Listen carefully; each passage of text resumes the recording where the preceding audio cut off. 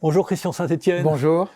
Christian Saint-Étienne, vous êtes titulaire de la chaire d'économie au Conservatoire des Arts et Métiers et vous venez de publier, en pleine crise du Covid et en plein interventionnisme d'État, Le libéralisme stratège.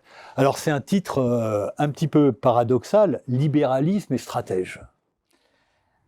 Écoutez, il y a un côté provocateur, bien sûr, de titrer sur le libéralisme et de le sortir maintenant.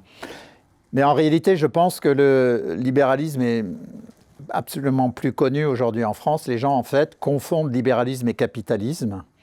Et il faut revenir au fondement du libéralisme. Le libéralisme est une philosophie politique qui est née au XVIIe, XVIIIe. C'est essentiellement la philosophie des Lumières, Hobbes, Locke, Montesquieu.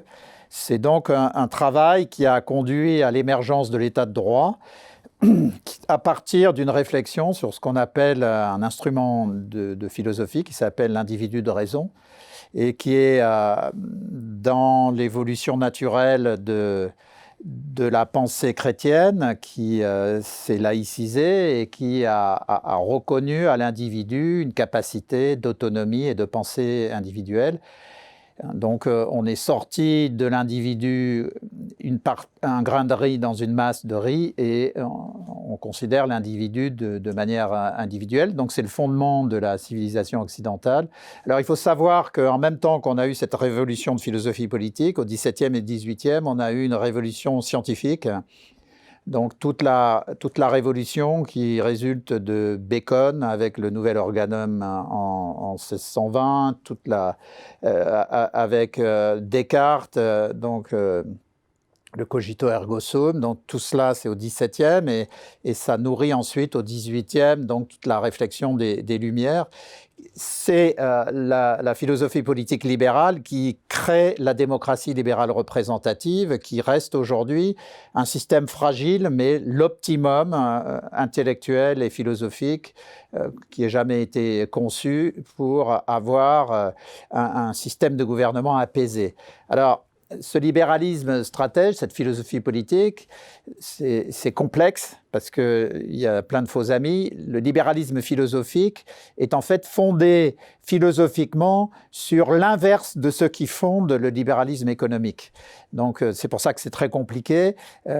Quand les gens pensent libéralisme, ils pensent libéralisme économique, mais le libéralisme philosophique est fondé sur l'idée centrale que l'état de nature est un état extrêmement violent et il faut un état régalien et stratège qui mettent de l'ordre dans l'état de nature. Alors je vais juste vous interrompre un instant, Christian Saint-Étienne. Il y a deux aspects dans votre livre. Hein. Il y a cet aspect philosophie politique, en fait, et puis il y a une partie qui est un peu plus économique. Hein. Donc là, on va traiter l'aspect plutôt philosophie politique.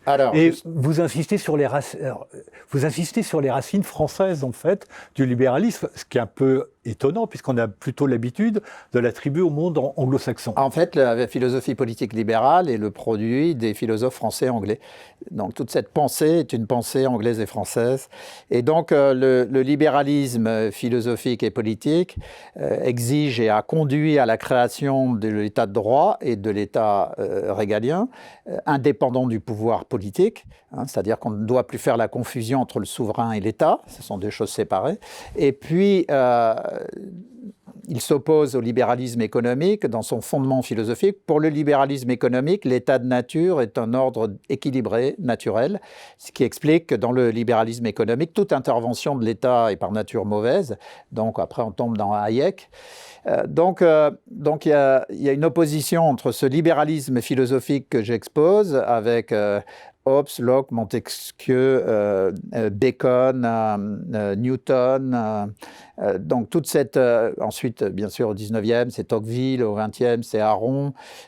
Il y a une version également du libéralisme politique conservateur, mais je montre que le libéralisme philosophique politique est différent, doit reprendre des éléments de la pensée conservatrice, mais doit rester fondé sur l'individu de raison.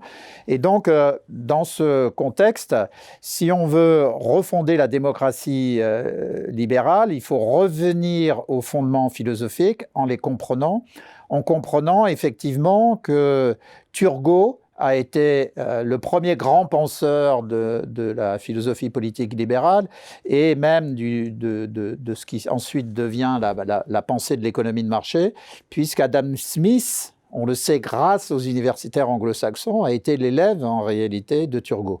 Voilà, donc il y a un libéralisme politique dans ce moment où on vante l'illibéralisme qui est en fait la clé d'une démocratie libérale représentative apaisée. Alors il y a tout de même des points, et je termine par là, à prendre en compte dans la réflexion sur le libéralisme politique moderne. C'est que d'abord, le libéralisme politique s'inscrit toujours dans un cadre national. Donc, une partie du courant illibéral s'est en fait attaquée à un certain internationalisme, mais le libéralisme politique est national. Donc, on ne rejette pas il n'y a pas de rejet des frontières en tant que telles. Elles doivent rester ouvertes, mais il n'y a pas de rejet des frontières.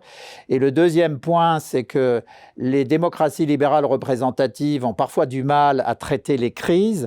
C'est pour cela que, effectivement, je dis que pour qu'une démocratie libérale représentative soit prospère, elle a besoin d'un État stratège qui comprend les transformations de l'environnement économique, stratégique et politique et qui aide les entreprises à s'adapter parce que... Alors, attendez, ce point-là, je voudrais qu'on l'aborde dans une deuxième émission qui sera plus orientée sur l'État stratège.